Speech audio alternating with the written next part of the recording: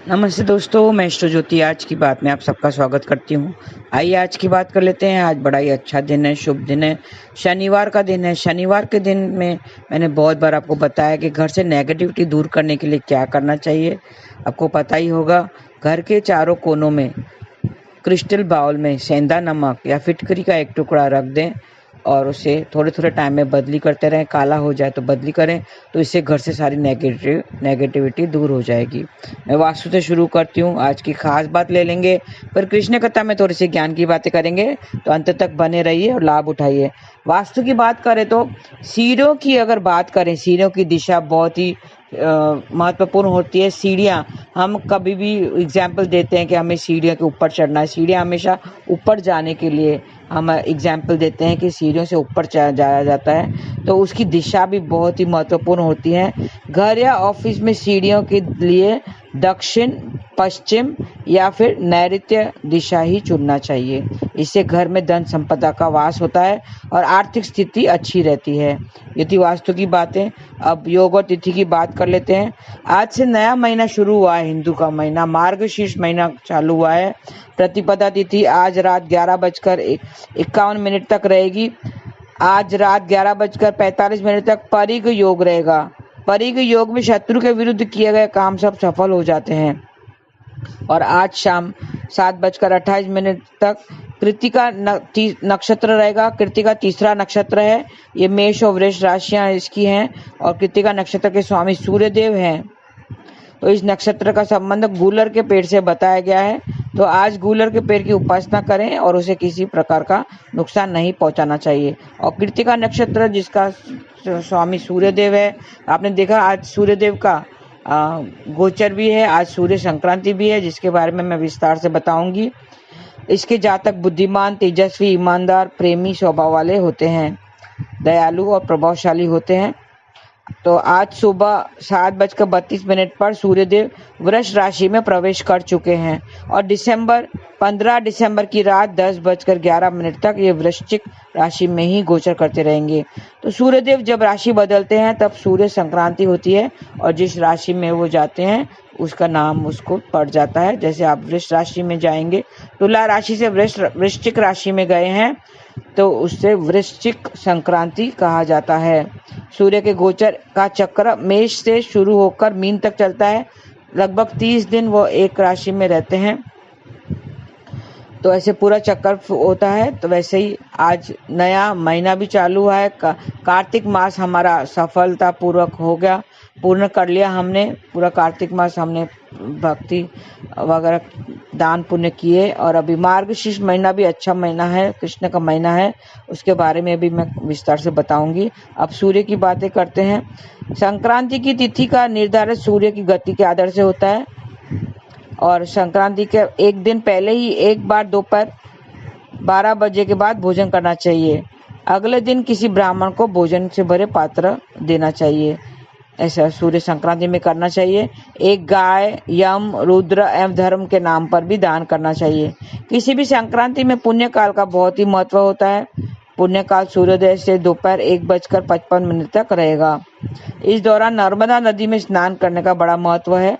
आप नदी में नहीं जा सकते हैं तो घर में ही पवित्र नदियों का जल का आवाहन करके आप नहा सकते हैं या गंगा जल डालकर स्नान कर सकते हैं। दीपदान और वस्त्रदान का भी बड़ा महत्व बताया गया है। तो इस सूर्य की जब संक्रांति होती है तो सारे राशियों पर इफेक्ट पड़ता है। तो आइए हम हम जान लेते हैं कि कौन से राशि में किस भाव में वो आया है और उसका थोड़े से उपाय भी जान लेते हैं। सूर्य का खास उपाय है, सूर्य को सुबह जल्दी उठकर सूर्य उदय से 1 घंटे के पहले के अंदर ही आप नहा धो के स्वच्छ कपड़े पहनकर सूर्य को अर्घ्य देना चाहिए, तो सूर्य प्रबल होता है। किसी भी राशि में ज्योतिष के अनुसार किसी भी कुंडली में सूर्य और चंद्रमा अच्छे होने चाहिए, निर्बल नहीं होना चाहिए। तो उनको प्रबल करने के लिए सूर्य को अर्घ्य देना बहुत ही जरूरी माना जाता है। तो मैं शुरू करती हूँ मेष राशि से। आप नोट कर लें, मेष राशि वाले, सूर्यदेव आपके 8वें स्थान पर गोचर किया है। आपके स्वास्थ्य में उतार चढ़ाव जरा बना रहेगा। अपने स्वास्थ्य का ख्याल जरूर रखें। 30 दिन तक काली गाय या बड़े भाई की सेवा करते रहें तो आपको शुभ परिणाम मिलते रहेंगे। अगली राशि वृष राशि। सूर्यदेव आपके 7वें स्थान पर गोचर करेंगे। जीवन साथी से पूरा सहयोग और प्यार मिलेगा। जीवन साथी के साथ अच्छे रिश्ते भी बने रहेंगे। काम शुरू करने से पहले कुछ मीठा अवश्य खा लें तो आपको शुभ परिणाम मिलते रहेंगे। मिथुन राशि। सूर्यदेव आपके 6ठे स्थान पर गोचर करेंगे। नए और अच्छे लोगों से आपकी मुलाकात होगी। शत्रु भी आपके खिलाफ जाने की कोशिश करेंगे। बंदर को गुड़ खिलाएं, यह आपका उपाय है। कर्क राशि। सूर्यदेव आपके 5वें स्थान पर गोचर करेंगे। सामान्य रूप से लाभ मिलता रहेगा। अपनी संतान से शुभ समाचार मिलेगा। आपको अपने गुरु के साथ मिलते रहना चाहिए और आपका उपाय है चिड़ियों को दाना डालें। ध्यान रखें, चिड़ियों को डालना है, कबूतरों को नहीं डालना है। सिंह राशि। सूर्यदेव आपके 4थे स्थान पर गोचर करेंगे। अपने कार्य में माता का पूरा सहयोग मिलेगा। भूमि, भवन और वाहन का भी लाभ मिल सकता है। कोई बढ़िया डील आपके हाथ लग सकती है। आपका उपाय है किसी जरूरतमंद को भोजन कराएं तो आपको शुभ परिणाम मिलते रहेंगे। कन्या राशि। सूर्यदेव आपके 3रे स्थान पर गोचर करेंगे। आपको भाई बहनों का साथ मिलता रहेगा। कामों में आपको भी लाभ मिल सकता है। आपको मंत्र जाप करना है। ओम ह्राम ह्रीम रौम सह सूर्याय नमः, ऐसा जाप करते रहें तो शुभ परिणाम मिलते रहेंगे। तुला राशि। सूर्यदेव आपके 2रे स्थान पर गोचर करेंगे। आपको धन कमाने के लिए थोड़ी सी मेहनत करनी पड़ेगी और उतार चढ़ाव बना रहेगा। आपको क्या करना है, उपाय क्या है, आपको नारियल मंदिर में दान करना है तो शुभ परिणाम मिलते रहेंगे। वृश्चिक राशि। सूर्यदेव आपके 1ले स्थान पर गोचर करेंगे। इस गोचर के प्रभाव से स्वास्थ्य अच्छा रहेगा। आपकी बात लोगों को प्रभावित करेगी। रोज सुबह स्नान के बाद सूर्यदेव को जल चढ़ाएं तो शुभ परिणाम मिलते रहेंगे। धनु राशि। सूर्यदेव आपके 12वें स्थान पर गोचर करेंगे। इस गोचर से आपको सुख मिलेगा। सांसारिक चीजों से आपकी रुचि बढ़ेगी। सुबह के समय घर के खिड़की दरवाजों को खोलकर रखें और सूर्य की ऊर्जा घर में आने दें, आपको शुभ परिणाम मिलते रहेंगे। मकर राशि। सूर्यदेव आपके 11वें स्थान पर गोचर करेंगे। आपकी इनकम में खास बढ़त नहीं हो पाएगी। इच्छाओं की पूर्ति के लिए बहुत मेहनत करनी पड़ेगी। रात को सोते समय सिरहाने पर बादाम रखकर सोएं और सुबह उठकर वो मंदिर में दान दे दें तो आपको शुभ परिणाम मिलते रहेंगे। कुंभ राशि। सूर्यदेव आपके 10वें स्थान पर गोचर करेंगे। कैरियर में आपको मेहनत का उचित फल मिलेगा। आपको पिता को भी सफलता मिल सकती है। सिर पर सफेद या शरबती रंग की टोपी लगाए रखें तो शुभ परिणाम मिलते रहेंगे। मीन राशि। सूर्यदेव आपके 9वें स्थान पर गोचर करेंगे। सूर्य के इस गोचर से आपकी चांदी ही चांदी होगी। आपका अच्छा जाएगा दिन। आपको हर कार्य में लाभ मिलेगा। घर में पीतल के बर्तनों का उपयोग में लाएं और किसी को दान देने से बचना चाहिए। तो ये थी 12 राशियों में किस भाव में सूर्य गोचर कर रहा है और उसका क्या परिणाम होगा, क्या उसका उपाय भी मैंने बता दिया है। मैंने पहले भी कहा था सूर्य को अर्घ्य जरूर देना है। तांबे का लोटा का इस्तेमाल करना है। तांबे का लोटा नहीं हो तो फिर स्टील का कर सकते हैं। तांबे के लोटे में जल भरकर उसमें अक्षत, रौली और सफ़ेद फूल हो तो डाल सकते हैं और गुड़ थोड़ा सा आप मिला सकते हैं। गंगा जल भी डाल सकते हैं। दोनों हाथ ऊपर करके सिर के ऊपर हाथ से आपको अर्घ्य देना है और ओम ग्रहणी सूर्याय नमः ऐसा जाप करना है 11 बार। फिर 3 बार गायत्री मंत्र का जाप करना है तो और वहाँ पे खड़े रहना है 2-3 मिनट ताकि आपको सूर्य की ऊर्जा मिले। इससे आपका दिन अच्छा जाएगा। तो आप तो थोड़े से ये उपाय करके आप अपना जो ये महीना है, ये महीना अच्छा निकले, शुभ लाभ मिले आपको गोचर का। तो आइए हम एक दूसरी खास बात ले लेते हैं। दूसरी खास बात है शनि का मार्गी होना। आपको पता होगा कि शनि अब तक वक्री चल रहे थे तो थोड़े से काम धंधा में आपको थोड़ी सी तकलीफ आ रही होगी। जिसके भी नौकरी है या तो बिजनेस है, थोड़ा सा अप डाउन उतार चढ़ाव लगे होंगे आपको, क्योंकि वक्री जब होता है शनि तो थोड़े से परिणाम अच्छे नहीं देता है। अब मार्गी हो गए हैं। कल पंचांग के अनुसार शनिदेव 15 नवंबर को रात 7:50 पर सीधी चाल में चलना शुरू कर लिया है। इसके बाद मार्गी अवस्था में ही शनि 29 मार्च 2025 को मीन राशि में गोचर करेंगे। तब तक अब मार्गी रहेंगे और 25 29 मार्च 2025 को मीन राशि में गोचर करेंगे।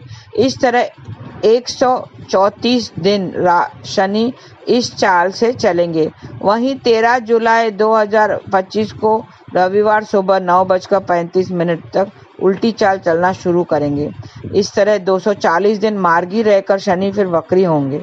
आइए हम जान लेते हैं थोड़े से कि 134 दिन किन राशियों के लिए भारी पड़ेंगे। थोड़े से शनि मार्गी और वक्री। अभी 2025 थोड़ा सा उतार चढ़ाव वाला साल रहेगा, तो हमें सावधानी बरतनी है। जो भी महत्वपूर्ण कार्य है, जो भी बिजनेस रिलेटेड या जॉब रिलेटेड जो भी कार्य हैं, आप इसमें कर लीजिए। 134 दिन आपको मिले हैं तो कोई अच्छे हैं। कर्क राशि, सिंह राशि, मीन राशि के लिए थोड़े से स्वास्थ्य संबंधित समस्याएं हो सकती हैं, और आप देख लें कि आपको 7.5 तो नहीं आ रही है कहीं इसमें इस बीच, तो 7.5 आ रही हो तो स्वास्थ्य संबंधित परेशानियां आ सकती हैं। तो अपना ख्याल रखें और कुछ भी डिसीजन हो तो सोच समझ कर लीजिए, दिमाग से काम कीजिए। और मैं अब बता दूं कि 25 नवंबर को बुध वक्री हो रहा है, तो उसका भी जो गोचर का परिणाम है वक्री होने से किस राशि पे कैसा इफेक्ट पड़ेगा वो मैं 25 तारीख को ही बताऊंगी। तो आइए अब थोड़ा कृष्ण कथा में ज्ञान की बातें कर लेते हैं। थोड़ा सा अब भगवान के प्रति थोड़ा सा आप समर्पित हो जाइए। ईश्वर ही सब जानता है। इसके ऊपर दृष्टांत एक पेश करती हूँ।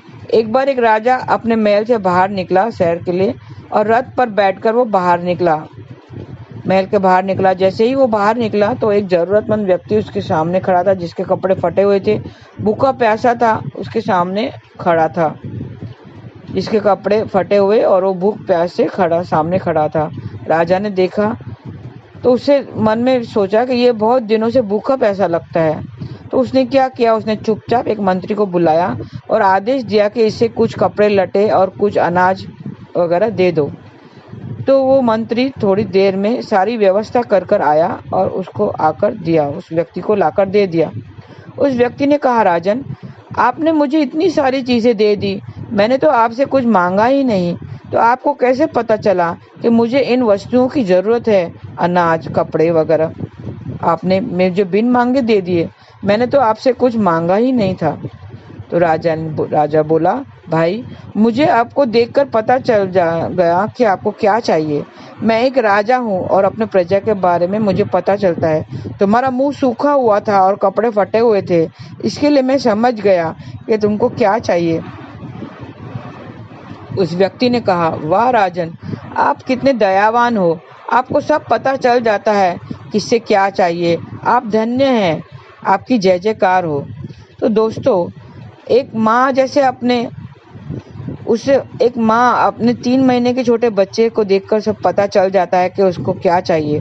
छोटे से बच्चे को देखकर, उसका रोना सुनकर उसको पता चल जाता है कि उसे कब भूख लगी है, पेट में दर्द है, कान में दर्द है, उसे भूख लगी है।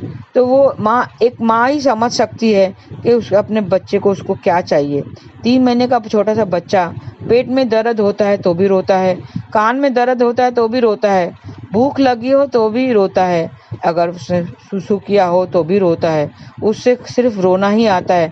तो वो माँ ही समझ जाती है कि उसे किस वक्त क्या चाहिए और उसको क्या ज़रूरत है, उसको कब भूख लगी है। इसी तरह हमारा जो परमात्मा है वो भी हमारे पिता हैं। परमात्मा हमारे पिता हैं, उससे भी पता चल जाता है कि किसको किस चीज़ की ज़रूरत है, हमें क्या चाहिए क्या नहीं चाहिए, कौन सी चीज़ हमारे भले के लिए है और कौन सी चीज़ से हमें नुकसान होगा। ये सब उससे पता है, वो जान जाता है, उसे सब कुछ पता है। तो हमें क्यों चिंता करने की ज़रूरत है? ईश्वर तो बैठे हैं, ईश्वर को पता चलता है कि हमें क्या चाहिए क्या नहीं चाहिए। बस हमें उसको हमेशा याद करना चाहिए, हमें चिंता नहीं करना चाहिए, सब कुछ उस पर छोड़ देना चाहिए, उसका नाम स्मरण करना चाहिए। हरे कृष्णा कृष्णा कृष्णा हरे हरे, हरे राम राम राम हरे हरे। जो निरंतर भजन कीर्तन करता है, मैं उसकी सारी ज़रूरतों को पूरा करता हूँ, ऐसा कृष्ण ने कहा है। तो हमें चिंता नहीं करना चाहिए और सब कुछ उसके हवाले छोड़ देना चाहिए। उसको सब कुछ पता है, वो ईश्वर है, हमारे परम पिता हैं, उसे सब कुछ पता रहता है क्या हमारे क्या अच्छे के लिए है, क्या हमारे नुकसान, किस चीज़ से हमारे नुकसान होगा और किस चीज़ से हमारा भला होगा, ये उसे सब कुछ पता है। तो आइए हम सिर्फ नाम स्मरण करते रहें, क्योंकि उसने कहा है, कृष्ण ने कहा है कि कलयुग केवल नाम आधारा, नाम लेने से ही हमारे सब चिंताएं, सब पापों की छुटकारा मिलेगा और हम मोक्ष को प्राप्त होंगे। तो आज के लिए बस इतना ही। धन्यवाद। आपका दिन शुभ रहे। हरे कृष्णा।